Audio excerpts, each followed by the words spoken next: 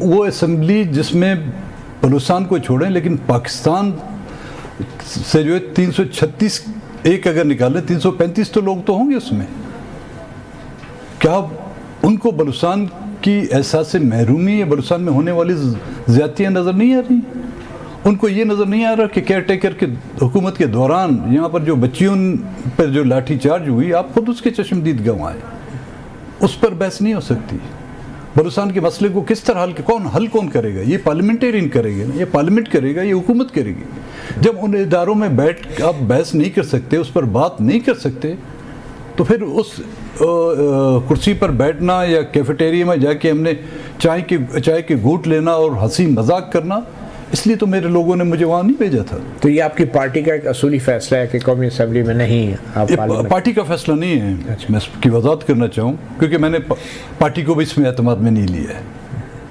یہاں تک کہ میں نے ابھی بھی دوسرے پروگرام میں کہا تھا کہ میں نے اپنی فیملی کو بھی اس میں اعتماد میں نہیں لیا ہے. میں اس کو اپنا ضمیر پر ایک بوجھ سمجھتا تھا اور آج یہ بوجھ اتار کے میں بہت ہلکا فیل کر رہا ہوں. تو یہ ضمیر کا بوجھ آپ کے سینیٹر محمد قاسم اور میر جازب مینگل بھی محسوس کرتے ہیں؟ دیکھیں، پارٹی اگر فیصلہ کرے گی، میں نے نہ پارٹی کا اجلاس بلایا، نہیں پارٹی کے دوستوں سے پارٹی کے دوستوں کو یہ تک پتہ نہیں کہ میں اسلام آباد پہنچا ہوں. وہ مجھے دبئی رابطہ کر رہے ہیں. آج کوئی پروگرام ہو رہا تھا وہاں پہ کوئٹے میں، تو جب والد کی برسی کے حوالے سے اور میری یہ جو نیوز چلی تو پھر وہ رابطہ کر رہے ہیں کہ آپ کب پہنچے. میں آیا ہوں بڑے سیکرٹ مشن پہ. تو ابھی پارٹی کا اجلاس آپ جلد بلائیں گے اور اس حوالے سے جلد کوئی فیصلہ ہوگا؟ پارٹی کا اجلاس میں کل پھر واپس جا رہا ہوں جی. کچھ مجبوری تو پارٹی کے دوستوں کو میں نے بلایا. اجلاس آپ لوگ بالکل بلائیں. اس میں میرے فیصلے سے شاید آپ لوگ اختلاف کریں، وہ آپ کا حق بنتا ہے. آپ میرے فیصلے کو انڈورس بھی کر سکتے ہیں، لیکن میری ڈیسیجن جو ہے فائنل ڈیسیجن ہے. اگر ایک واقعہ اگر آپ آئیڈینٹیفائی کرنا چاہیں کہ اس وجہ سے آج آپ نے یہ حتمی فیصلہ لے لیا ہے، تو وہ کون سا واقعہ ہوگا؟ ایک واقعے کو اگر میں دہراؤں تو دوسرے لوگوں سے بڑی زیادتی ہوگی.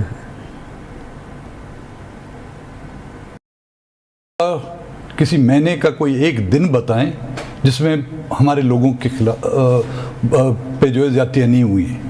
کوئی ہفتے کا کوئی ایک دن بتائیں مجھے. کیلنڈر میں کوئی ایک تاریخ اس کو مارک کریں کہ اس دن پہ یہ زیادتیاں نہیں ہوئی ہیں، تو میں بالکل آپ کو پھر اس کی تفصیل میں کوئی ایسا دن نہیں گزرتا.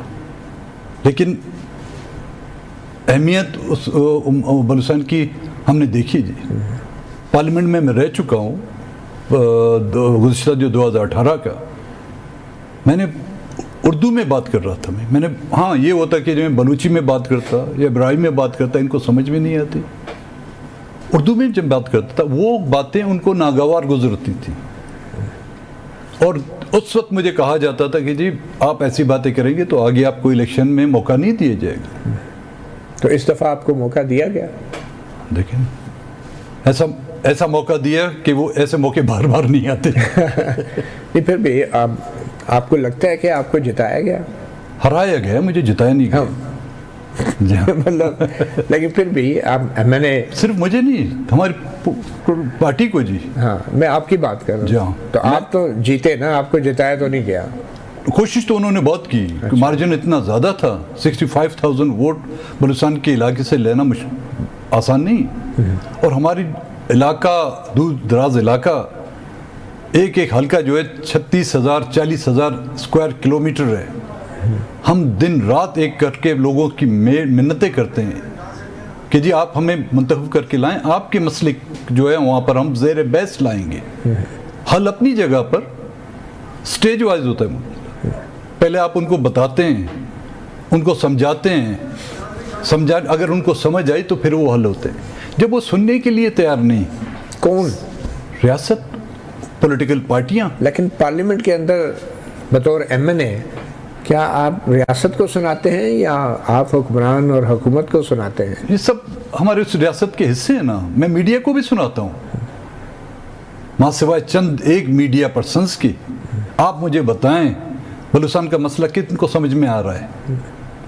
جن سے بھی آج پوچھیں، چاہے یہاں کے پولیٹیکل لوگ ہوں، چاہے یہاں پہ میڈیا کے لوگ ہوں، صبح سے شام تک آپ ان کے ساتھ بات کر کر کے تھک جائیں گے، پھر وہ آخر میں بولیں گے جی بلوچستان کا مسئلہ کی ہے۔ چلیں، بہت سے لوگ ہیں جو شاید بلوچستان کے مسئلے کو نہیں سمجھ پا رہے، اگر آپ صرف 3 بڑے مسئلے بتا دیں تو وہ کیا ہوں گے عام آدمی کے لیے، ذرا دہرا دیں۔ عطیہ اللہ، زیادتیاں 1947 سے جو ہے نا جو خشت رکھی گئی ہے وہ ٹیڑھی رکھی گئی۔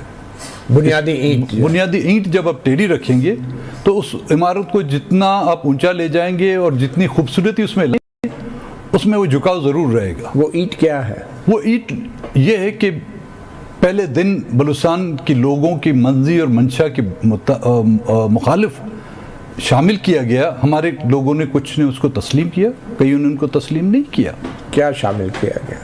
پاکستان میں جب شامل کیا گیا، ہمارے جو 2 ایوان تھے انہوں نے اس کو ریجیکٹ کیا کہ چلے یہ تو ایک تاریخی بات ہے، اس کے بعد میں بھی رہے، اور اس کے بعد ہونا تو یہ چاہیے تھا اگر جو لوگ رضامند نہیں تھے ان کے سر پر ہاتھ رکھنا چاہیے تھا۔ آج کا کیا بتانا چاہیں گے آپ؟ آج جو حالات ہے اس کا ذمہ دار کون ہے، اور آپ اتنے بے بس کیوں نظر آتے ہیں بطور ایک بلوچ لیڈر؟ مطلب میں ایک شخص ہوں، ذمہ دار کون ہے، اور آج کیا حالات ہو چکے ہیں میں سمجھتا بلوچستان کے؟ ہوں یہاں کے میں صرف ایک اسٹیبلشمنٹ کو ذمہ دار نہیں قرار دیتا، یہاں کی وہ پولیٹیکل پارٹیاں ہیں پاکستان کی، وہ لیڈرشپ ہے جو اپنے آپ کو جمہوریت اور اس ملک اور اس آئین کے پاسبان کہتے ہیں، وہ اس کے ذمہ دار ہیں۔ یہاں کی عدلیہ اس کی ذمہ دار ہے، یہاں کا میڈیا اس کا ذمہ دار ہے، ہر وہ شخص جس نے بلوچستان پر ہونے والی زیادتیوں پر آنکھیں بند کی ہوئی ہیں وہ اس کے ذمہ دار ہیں۔ مگر بلوچ کے سیاستدان اور لیڈران استعمال بھی تو ہوتے رہے وفاق کے حکومت گرانے کے لیے، چاہے وہ باپ پارٹی کی شکل میں ہو، چاہے آپ لوگ جب عمران خان کی حکومت میں شامل ہوئے تو آپ سمجھتے ہیں کہ آپ بھی ان میں شامل ہیں، ان ذمہ دار لوگوں میں جو اس وقت صورتحال ہے بلوچستان کی؟ دیکھیں، استعمال ہم ہوئے ہیں تو پھر استعمال ہونے کی کوئی وجوہات ہوں گی، ہمیں استعمال کیا کیوں کیا؟ کس نے کیا؟ وہی بتا دیں، کھل کے پوری بات کر دیں۔ وہی پولیٹیکل پارٹیاں، اچھا، وہی پولیٹیکل پارٹیاں جب ان کو ضرورت ہوتی ہے ووٹوں کی تو یہی پولیٹیکل پارٹیاں کوئٹے میں آ کے ہم سے معاہدات طے کرتے ہیں۔ ملکوں کے درمیان، قوموں کے درمیان یا آپ 2 افراد کے درمیان ایک معاہدہ جب سائن ہو جاتا ہے تو اس کی پاسداری کرنی پڑتی ہے۔